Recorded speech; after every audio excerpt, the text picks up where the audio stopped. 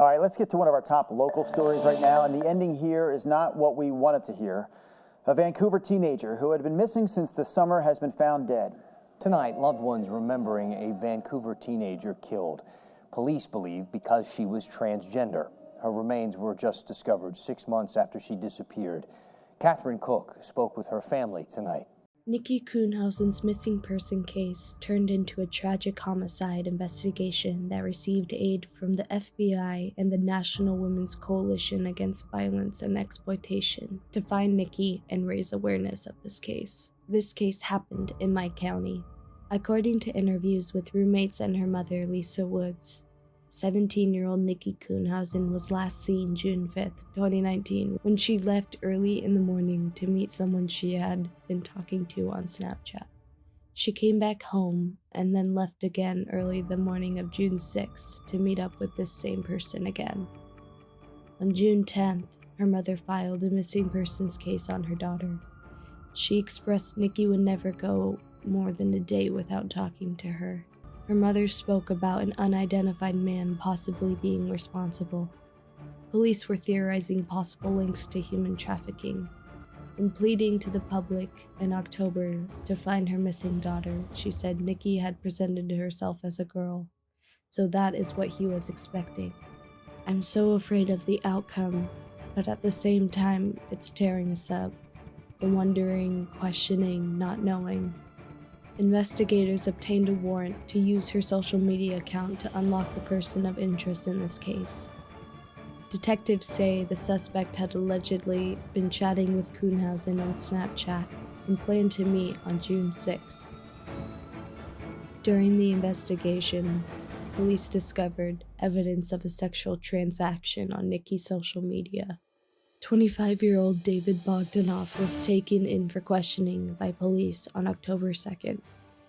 Bogdanov told the police he encountered Kuhnhausen in the 1300 block of Main Street in downtown Vancouver and invited her to join him and his brothers at a bar. He gave Kuhnhausen his coat, he said, because she was cold. He also gave her vodka to drink and let her keep the bottle, according to the affidavit. After she returned to her friend's residence, Kuhnhausen and Bogdanov communicated via Snapchat and exchanged addresses for where they were staying. Bogdanov and his brother, Stanislav, picked her up in a white van and agreed to take her to get a new cell phone. Bogdanov revealed that he picked Nikki up that day on June 6th. While they were driving, Nikki came out to David as a transgender woman. According to Bogdanov, he got very uncomfortable and asked her to get out of the car, and that was the last she was seen. Vancouver police were able to obtain a warrant on his social media disclosing inconsistencies in his statement. The police continued to follow him, but with no body, there was no way to prove this was nothing more than just a missing persons case. That all changed on December 7th, 2019. A citizen called the police, reporting a human skull while collecting bear grass on Larch Mountain, about an hour away from Vancouver. The area was searched, more human remains were found, and many items of evidence were collected. Forensic tests proved it to be Nikki, just 17 years old, discarded away on a mountain. Taylor, a friend of Kuhnhausen, told the NBC News affiliate at KJW in Portland, Oregon, "She was so bright. Everything was a smile. Even if she was just coming up to you, she would be smiling. She was always happy. She was a good person. She never did no harm to anybody. I had so much hope that she was going to come back. She was supposed to graduate with us." Cell phone records for that day show Bogdanov's cell phone was in the same remote area where her body was found. Detectives tried to get a second interview with Bogdanov, and after he declined, he was arrested for the murder of Nikki Kuhnhausen. When the remains were found, the police didn't immediately go to the public. They believed initially that Nikki's case could possibly be connected to sex trafficking. According to Washington's Attorney General, Washington State is a hub for the recruitment, transportation, and sale of people for labor. Reasons why include the international border with Canada, abundance of ports, vast rural areas, and dependency on agricultural workers. But once the FBI found even more inconsistencies in Bogdanov's story, the focus was placed back on him. The medical examiner determined Nikki's cause of death was strangulation.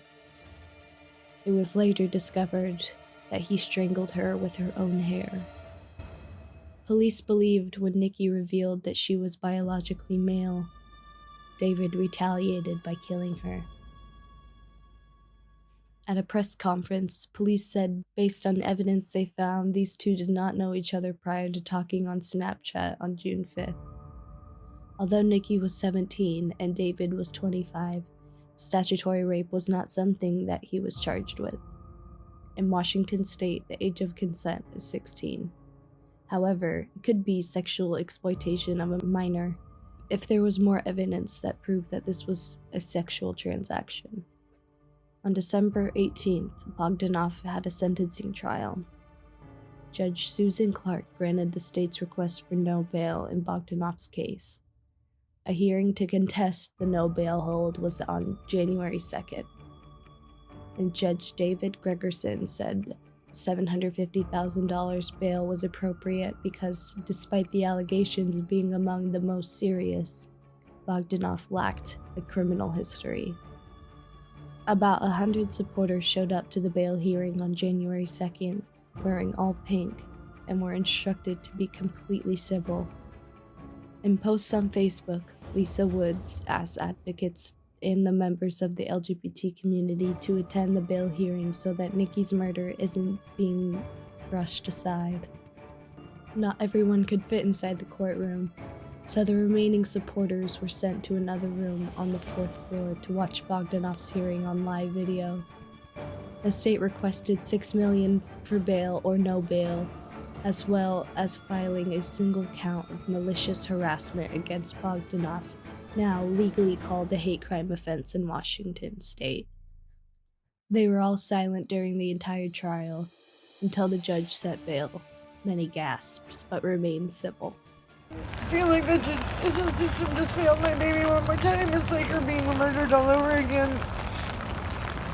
My baby's gone, you know? She's not coming back.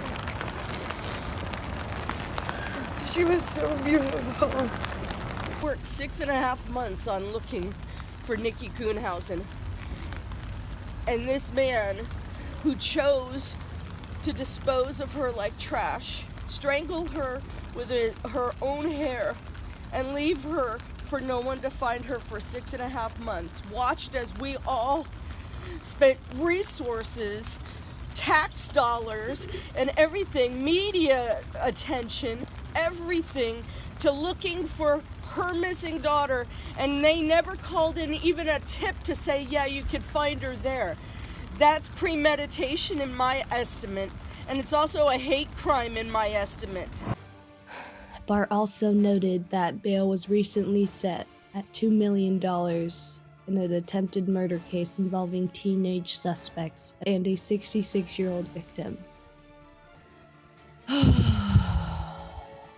This case, my heart hurts so much.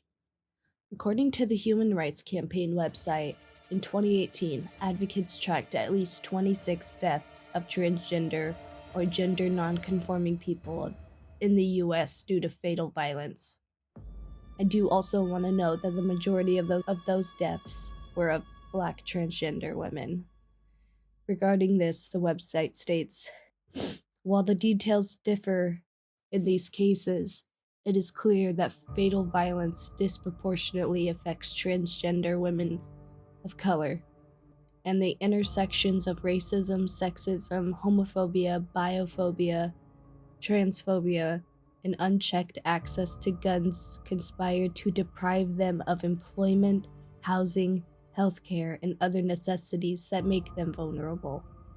I will be linking this article in the description because they have a list of 25 victims fatally shot or killed by other violent means just this past year. how old they were, and a quote by a loved one. Nikki's name is second to last on this list. My heart goes out to Nikki's family and friends. I hope they can find some closure after the trial. The recent bail issue is tough to swallow, but the biggest issue I see in this case is that Nikki is now a statistic. When the trial comes, I will be keeping up to date with how the system handles her case. According to a study by PBS News, more than 24 transgender individuals were killed in 2018.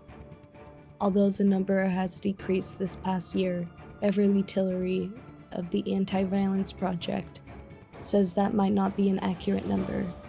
In some cases, we know transgender and gender non-conforming people are misgendered by the police. We shouldn't get into the game of comparing this year to last year when the homicides happened. It doesn't really matter. This is a huge crisis, and we have to take action now. This is much more than just a trend. It's an epidemic. It hurts me to say there has been recent legislation passed in the US by the current administration allowing shelters receiving federal funds to turn away transgender people seeking services. This is heartbreaking. These are people. It's a slap in the face, and on top of all the violence they face, their country is taking away their rights to shelter, access to employment, and the military. Us who didn't have the chance to know Nikki, what would you like people to know about her and what she was like? So her coping skill was to put her headphones and walk down the street at night, and I would go pick her up. She would call me, and I could see her blocks away because she was dancing and she was shining, and she just radiated love. She came in contact with a lot of people and made a difference in their life. She made a difference. Very colorful. And it was all ages, all communities, all walks of life, the homeless, the CEOs, she could fit in anywhere and bring something to the situation that left them feeling good about themselves. If somebody was hungry, she would go make sure they had food. If somebody needed a place to stay, she'd make sure she stayed with them till they found a place to lay their head. She was always concerned about other people. She was very loyal, and people loved her. As much cruelty there is in this world, I know there are good people, and I know Nikki was one of those people. Nikki's case has impacted so many, so let's try to remember her in the beautiful light she left on this world. Thank you so much for watching this really tough case. To read more about the cases I study, please visit northwestcrimetime.com. Stay safe, everyone.